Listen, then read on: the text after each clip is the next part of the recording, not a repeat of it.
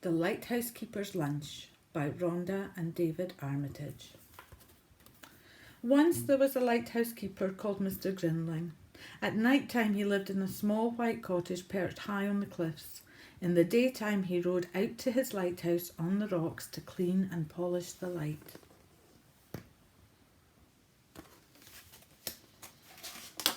Mr. Grinling was a most industrious lighthouse keeper. Come rain or shine, he tended his light. Sometimes at night, as Mr. Grinling lay sleeping in his warm bed, the ships would toot to tell him that his light was shining brightly and clearly out to sea. Each morning, while Mr. Grinling polished the light, Mrs. Grinling worked in the kitchen of the little white cottage on the cliffs, concocting a delicious lunch for him. Once she'd prepared the lunch, she packed it into a special basket and clipped it onto the wire that ran from the little white cottage to the lighthouse on the rocks. But one Monday, something terrible happened.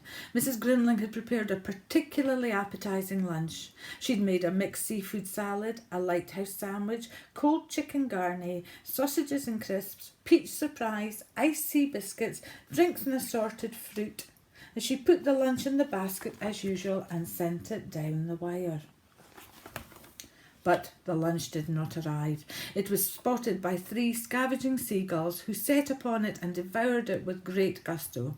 "Clear off, you varmint!" shouted Mr. Grinling, but the seagulls took not the slightest notice. That evening, Mr. and Mrs. Grinling decided on a plan to baffle the seagulls. "Tomorrow I shall tie the napkin to the basket," said Mrs. Grinling. "Of course, my dear," agreed Mr. Grinling. "A sound plan." "You'll have to do better than this." On Tuesday evening, Mr. and Mrs. Grinling racked their brains for another plan. "They are a brazen lot, those seagulls," said Mrs. Grinling. "Brazen indeed," said Mr. Grinling. "What shall we do?" "Our cat does not appear to like seagulls," said Mrs. Grinling.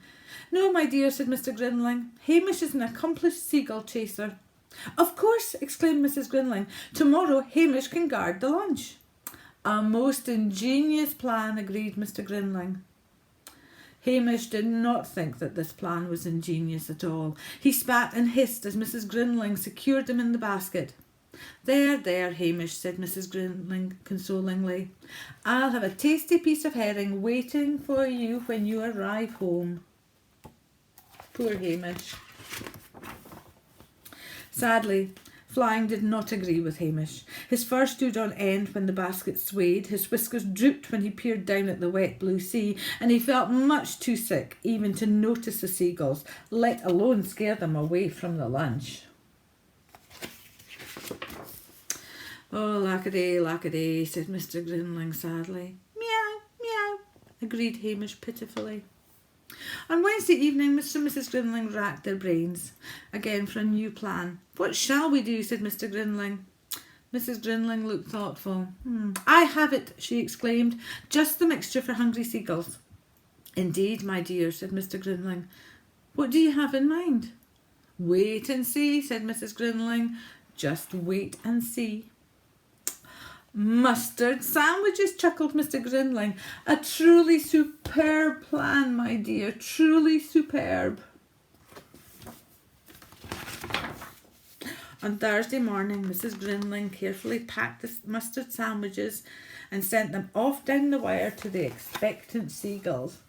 "Ugh! Ugh!